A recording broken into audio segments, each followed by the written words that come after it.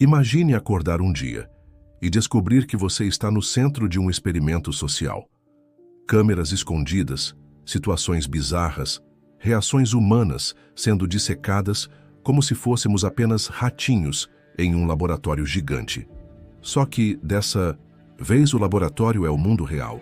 Parece o enredo de um filme do Charlie Kaufman, mas é apenas a doce realidade onde a ética às vezes tira férias e o bom senso é demitido por justa causa.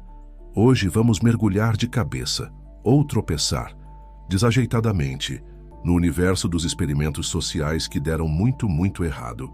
E não estamos falando de vídeos de TikTok com pegadinhas sem graça, mas sim de testes reais que brincaram com a psique humana e acabaram revelando que o ser humano é, bem, um ser humano mesmo, imprevisível, frágil e um pouco caótico.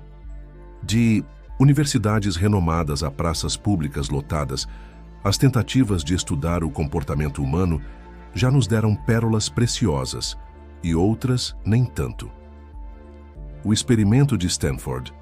Quando o jaleco vira armadura, o experimento da prisão de Stanford é provavelmente o mais famoso desastre da psicologia social. Em 1971, o psicólogo Philip Zimbardo teve uma ideia genial, ou completamente insana, dependendo do ponto de vista, transformar o porão da universidade numa prisão fictícia, com estudantes aleatoriamente divididos entre prisioneiros e guardas. A intenção era simples no papel: observar como as pessoas reagem a papéis sociais impostos. Só que o que começou como um teste acadêmico logo virou um pesadelo digno de filme de terror psicológico. Em questão de dias, os guardas passaram a agir como verdadeiros sádicos, humilhando os prisioneiros, privando-os de sono, comida e dignidade. E não havia um roteiro. Era puro instinto. O ambiente que deveria ser controlado virou um palco para o lado mais sombrio da mente humana, e o próprio Zimbardo, como um diretor distraído, assistia tudo sem puxar o freio. O experimento duraria 2 semanas, mas foi interrompido após 6 dias. Se fosse um filme, seria proibido para menores de 18 anos com aviso de conteúdo perturbador. Tópico 3. O elevador da obediência. O efeito Milgram. Você obedeceria ordens sabendo que está ferindo outra pessoa? Stanley Milgram queria responder essa pergunta em 1961, após os horrores do Holocausto virem à tona. O experimento consistia em fazer voluntários acreditarem que estavam aplicando choques elétricos em outra pessoa, na verdade um ator, cada vez que ela errava uma pergunta. A cada erro, o choque aumentava, até níveis teoricamente fatais. E o mais chocante, com o perdão do trocadilho, é que a maioria dos participantes continuava aplicando os choques até o fim, apenas porque uma figura de autoridade, com jaleco branco e voz firme, dizia: "O experimento exige que você continue." A experiência revelou uma faceta desconcertante. A obediência cega pode transformar qualquer um em vilão. A linha entre o eu jamais faria isso e o eu estava apenas seguindo ordens é, na prática, um fio desencapado. Tópico 4. O menino no quarto azul. Little Albert e a psicologia do medo. Agora, respira fundo, porque esse aqui é para deixar qualquer um desconfortável. Em 1920, o psicólogo John B. Watson quis provar que o medo era aprendido e não inato.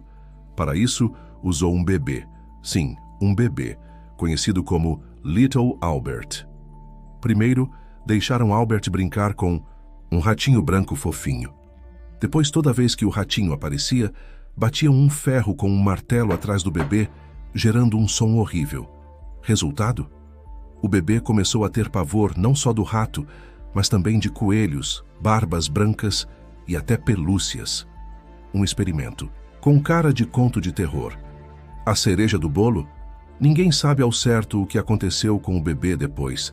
Ele desapareceu dos registros, o que transforma esse caso num mix bizarro de experimento psicológico e lenda urbana. O medo literalmente foi programado. E a ética? Jogada no lixo junto com os brinquedinhos do Albert. Um experimento social do bem, talvez.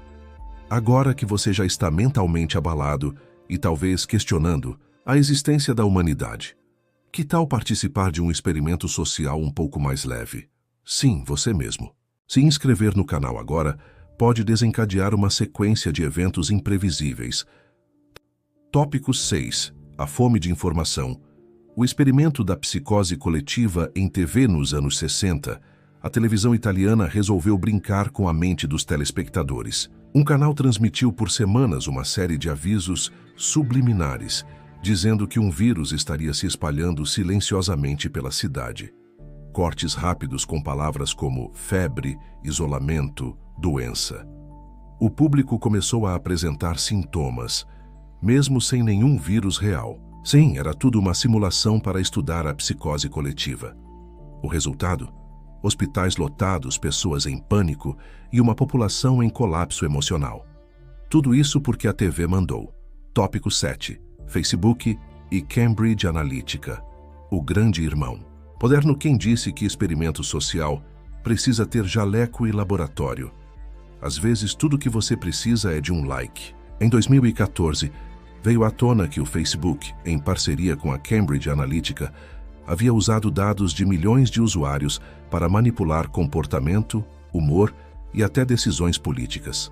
Postagens específicas, alteração no feed e manipulação de conteúdo formavam o que muitos chamaram de o maior experimento psicológico da era digital.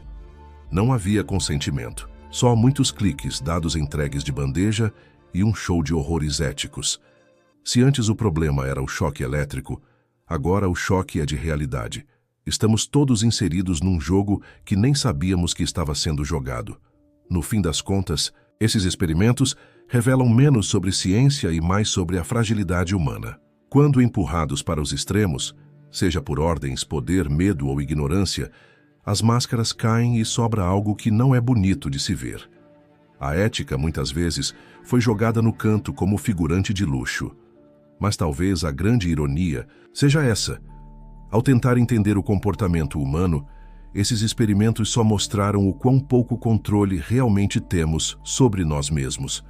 Então, da próxima vez que você topar com um vídeo de experimento social, lembre-se, por trás de cada teste existe uma pergunta mal feita, uma linha que pode ser cruzada e uma plateia assistindo, esperando ver até onde vai o desastre. Ah, e não esquece de se inscrever, porque esse aqui foi um experimento de narrativa que deu certo. Pelo menos, a gente espera.